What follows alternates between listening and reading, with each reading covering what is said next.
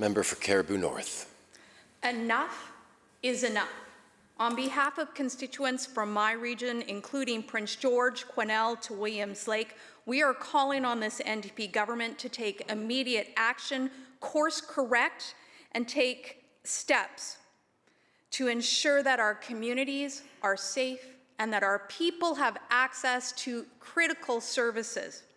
The recent escalation in crime and violence in our communities are ensuring that community members feel afraid for themselves, their families. We've seen a deterioration of neighborhoods as safe places to live, work, and play. That fear is evidenced in the business community by employees being afraid of being assaulted in and around their job locations, and customers becoming increasingly nervous over venturing into certain commercial areas. The NDP government has the knowledge of the issues, the financial and people resources, the legislative authority, and responsibility to fix these issues. It is time for government to accept their responsibilities and respond in a comprehensive manner that provides measurable results.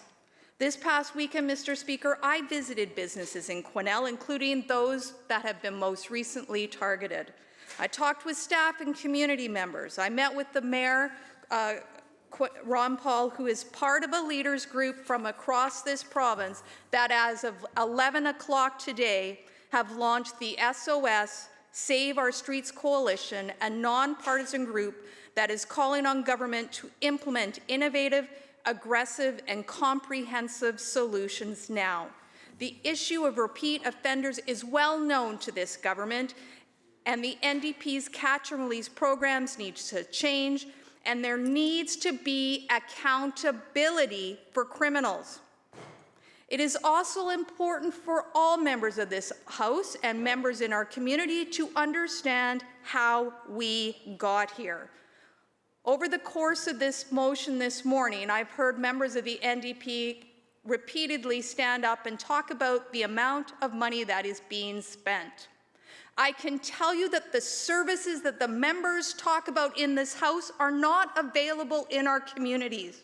I've met with family members who've tried to get loved ones into any kinds of supports.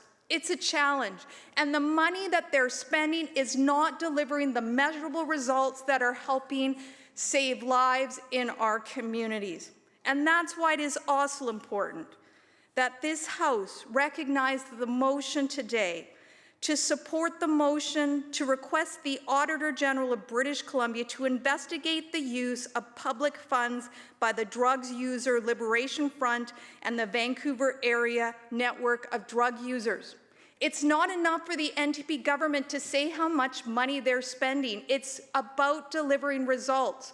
And an important step of this is to understand how $1.2 million that could have gone into recovery spaces in communities in the North could have gone to this organization. We need to be looking at measurable results, and that is what people in communities that I represent are calling for. So what would we do? What would BC United do? Because I think it's important that as legislatures that we stand and recognize what we would do if we were in government. Because we feel that what the NDP is doing is not working. Under the BC United's Better is Possible plan, we would deliver results through a three-step approach to make treatment more accessible, affordable, increase services for complex mental health needs, and implement awareness and prevention education campaigns. Better is possible. It's not just a slogan, but a plan that shows commitments to take concrete actions that prioritize the well-being of British Columbians, affordable and accessible treatment, recovery in communities in all regions of this province, treatment on demand, comprehensive care, complex mental health support, compassionate involuntary treatment. On the Homeless Fund, we would endorse the plan proposed by Dr. Julian Somers of Simon Fraser University in July 2021, Awareness and prevention, look at system navigation, reducing the red tape, data and transparency, because we want to help British Columbians save lives. Councilmember